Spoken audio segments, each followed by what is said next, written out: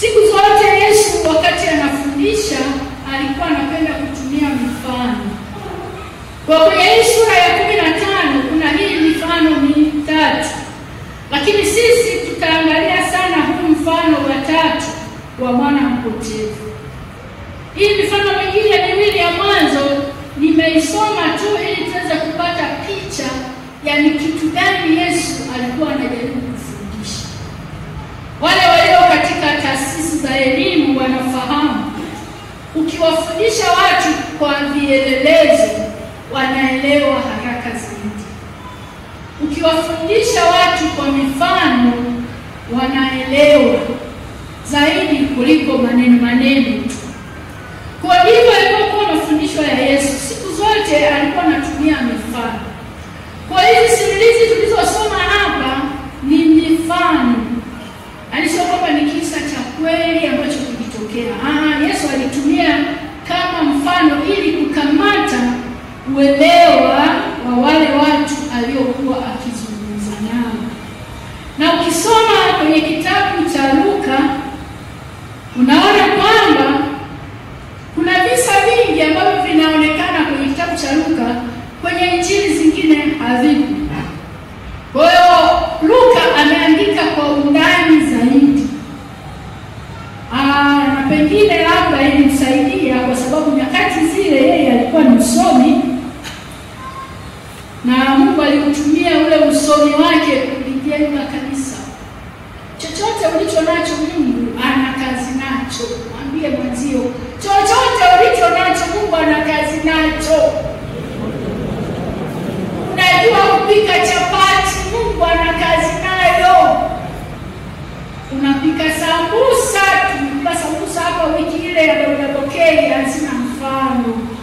Unajua kupika sambusa, Mungu ana kazi nacho, hicho kitu ulicho nacho. Wewe mwenzetu Luka alijaliwa kupata elimu mapema, alikuwa msomi, daktari, lakini alichagua kuambatana na Paulo katika safari zote za Paulo, na akawa ni mwandishi wa Paulo wa kitabu cha Matendo ya Mitume. Lakini pia yeye ndiye aliandika injili ya Luka. Kwa hiyo aliandika kwa undani zaidi kuliko wenzake. Na ukisoma hiki kisa kiko kwenye kitabu cha Luka peke yake. Kwenye injili zingine hautokiona. Lakini ni kielelezo ambacho Yesu alikitumia kufundisha wanafunzi wake. Hii sura ya 15 inaanza na manuniko. Mafarisayo walipomwona Yesu anakula na wenye dhambi wakanung'unika. Na mstari ya mwisho hapa, kabla hujafika mwishoni kabisa, yule mwana mkubwa alipoona mdogo wake amerudi, babake amechinja, amefanya sherehe, akanung'unika. Kwa tunaanza na manung'uniko, tunamaliza na manung'uniko. Ndio maana kichwa cha somo langu kina manung'uniko mwishoni. Tunajifunza toba, rehema, upendo na manung'uniko. Wiki iliyopita mchungaji alifundisha habari ya manung'uniko. Kuna watu wanapenda kunung'unika. Kunung'unika sio kuzuri. Mungu hapendi manung'uniko. Nafikiri hata sisi wao hatupendani mtu manung'uniko. Una watoto wako, kuna katoto hata sasa kuna kitoto cha mwisho last born jamani. Kama mtoto pekee shida hiyo. Toka wakati wa wana wa Israeli, Mungu hapendi manung'uniko. Sasa hapa tunaanza kwa kuangalia Mafarisayo walipomwona Yesu anachangamana na wenye dhambi, wakakwazika, wakatatizika, wakanung'unika kwamba mtu gani huyu? Mnasema ndo Masihi wa Bwana, anakula tu na wenye dhambi. Wakati wao walikuwa wanajiona wao ndo watu sahihi ambao Yesu alitakiwa ambatane nao, ndo watakatifu wa nyakati zile ambao walikuwa na haki ya kuwa karibu na Yesu. Kwa kumwona anachangamana na watu wengine haikuwafurahisha. Na Yesu akilijua hilo akaanza kufundisha. Anasema, ni wapi mchungaji mzuri anaacha kondoo wake 99 anamfuata kondoo mmoja aliye tayari kutoka? Tuko pamoja? Watu wanaupenda sana huu mstari, na watu wengi wanapenda sana hii package, kwamba Yesu aliwaacha 99 akaenda kumfuata yule mmoja aliyepotea. Lakini hilo halikuwa fundisho la Yesu. Fundisho la Yesu sio kuacha wale 99 kumfuata aliyepotea. Fundisho ni kumfuata aliye tayari. Kwa hapa Yesu alikuwa anafundisha toba. Na watu wanapotosha sana kwamba wachungaji wanafiki. Yesu mwenyewe aliwaacha 99 akaenda kumfuata aliye tayari. Biblia inasema kunakuwa na sherehe mbinguni. Mbingu zinasimama kwa ajili ya mtu mmoja aliye tayari kutubu.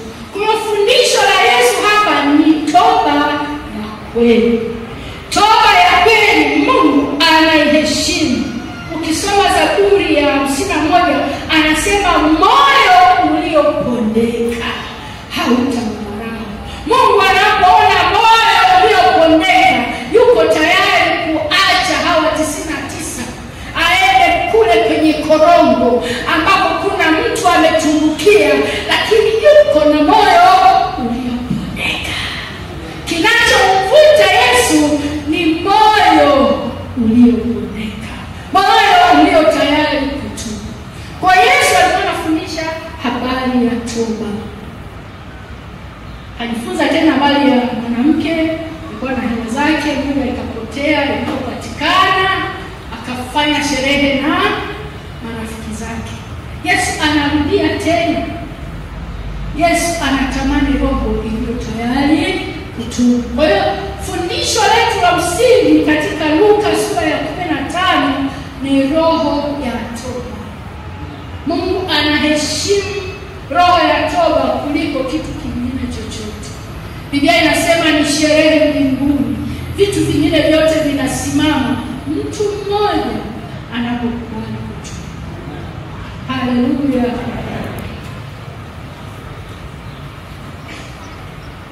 Ndio sasa huu ukawa ni utangulizi wa mfano ambao sisi tunaenda kujifunza mchana leo. Kwa baada ya kufundisha kwa mfano miwili, akawapa tena mfano mwingine wa mwana mpotevu. Tumezoea kuuita ni mfano wa mwana mpotevu. Na unachora picha ya kwamba huyu mtoto alikuwa ni mtoto mbaya sana. Lakini tutakapoenda kujifunza tutagundua kwamba hakuwa mtoto mbaya kiasi hicho. Na kusema ukweli, kuanzia mwanzo hakuwa mwana mpotevu. Alikuwa mtoto mzuri tu, amezaliwa kwenye familia ya baba yake. Biblia inasema familia ilikuwa na watoto wawili. Na inaonekana hapo baba alikuwa ni tajiri. Aliwalea vizuri watoto wake. Aliwapa kila walichokihitaji. Kwa tunaamini kama alilelewa tu vizuri, alikuwa ni mtoto mzuri tu. Amina. Maamuzi yake ndio yalimfanya aitwe ni mtoto mpotevu.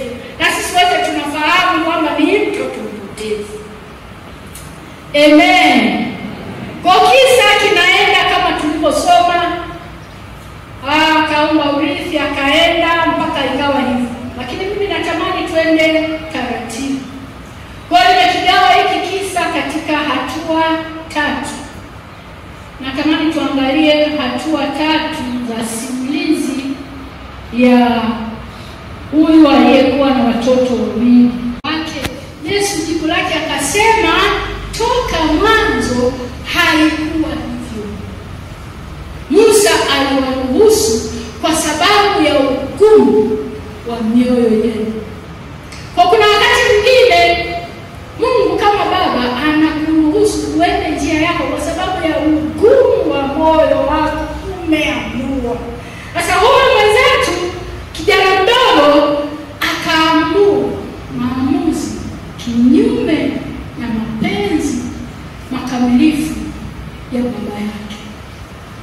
watumishi wa Mungu, tamani kutembea katika mapenzi ya Mungu.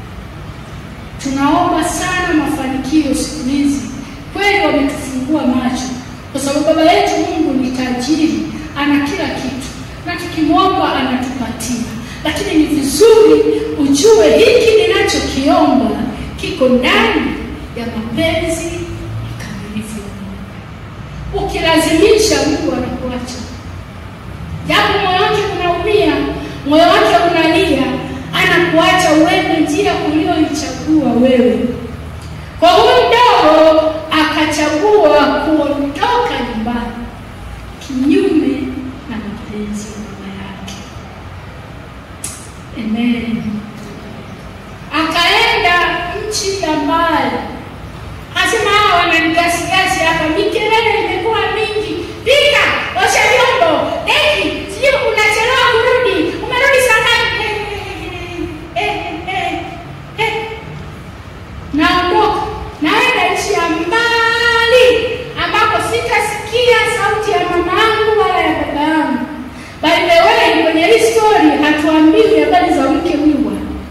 Tumeambiwa tu alikuwa mtu mmoja, alikuwa na wana wawili, mmoja mkubwa, mwingine mdogo. Mimi wakati nasoma nikajiuliza, sasa mbona hapa hakuna gender balance?